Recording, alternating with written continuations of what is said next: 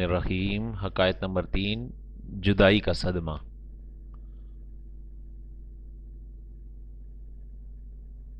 مسجد نبوی شریف میں ممبر رسول صلی اللہ علیہ وآلہ وسلم بننے سے پہلے حضور پر نور صلی اللہ علیہ وآلہ وسلم خشک کھجور کے تنے سے ٹیک لگا کر خطبہ ارشاد فرمایا کرتے تھے۔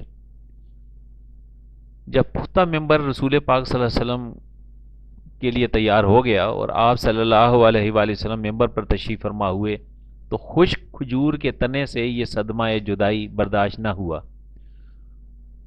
اس کھجور کے خشک تنے نے اس طرح رونا شروع کیا جس طرح چھوٹا بچہ ماں کی جدائی سے روتے ہوئے سسکیاں لیتا ہے۔ حضرت مولانا روم رحمۃ اللہ تعالی علیہ نے فرماتے ہیں کہ خشک کھجور کا تنا جس کا نام استوانہ حنانہ تھا، رسول پاک صلی اللہ علیہ وآلہ وسلم کی جدائی سے نالہ کر رہا تھا، مثل ارباب عقول کے، یعنی جیسے کہ وہ کوئی انسان ہو۔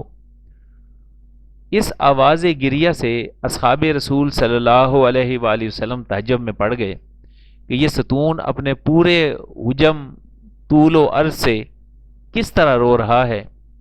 آپ صلی اللہ علیہ وآلہ وسلم نے ارشاد فرمایا، اے ستون، تجھے کیا ہوا ہے؟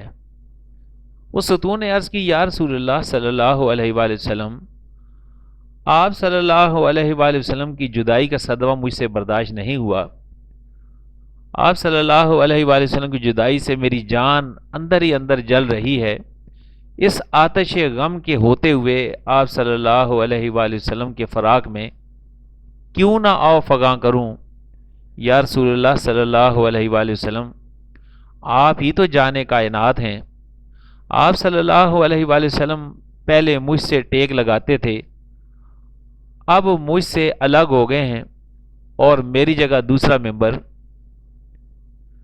پسند فرما لیا ہے۔ حضور پر نور صلی اللہ علیہ وآلہ وسلم نے ارشاد فرمایا، اے مبارک ستون، اگر تو چاہتا ہے تو تیرے لیے دعا کروں کہ تو سرسبز و ثمر آور درخت ہو جائے اور تیرے پھلوں سے ہر شرقی اور غربی مستفید ہو، اور کیا تو ہمیشہ کے لیے تر و تازہ ہونا چاہتا ہے یا تو پھر عالم آخرت میں کچھ چاہتا ہے؟ اس خشک کے کھجور تنے نے، جس کا نام استون حنانہ کہا جاتا ہے، اس نے عرض کی، یا رسول اللہ صلی اللہ علیہ وآلہ وسلم، میں تو دائمی اور ابدی نعمت چاہتا ہوں۔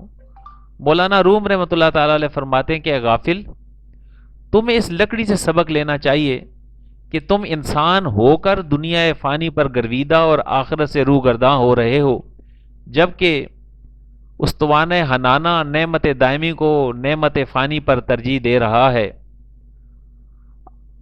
ستون را دفن کرد اندر زمیں، تاچو مردم حشر کر دو یوم دین۔ پھر اس ستون حنان کو زمین میں دفن کر دیا گیا تاکہ مثل انسانوں کے روزے جزا اس کا بھی حشر ہو۔ درس حیات۔ اگر کسی کے دل میں حضور نبی کریم صلی اللہ علیہ وآلہ وسلم کی چاہت اور محبت نہیں تو اس کی زندگی بھی بے معنی ہوگی، وہ بد نصیب عالم برزخ اور آخرت میں بھی رحمت الہی سے محروم رہے گا۔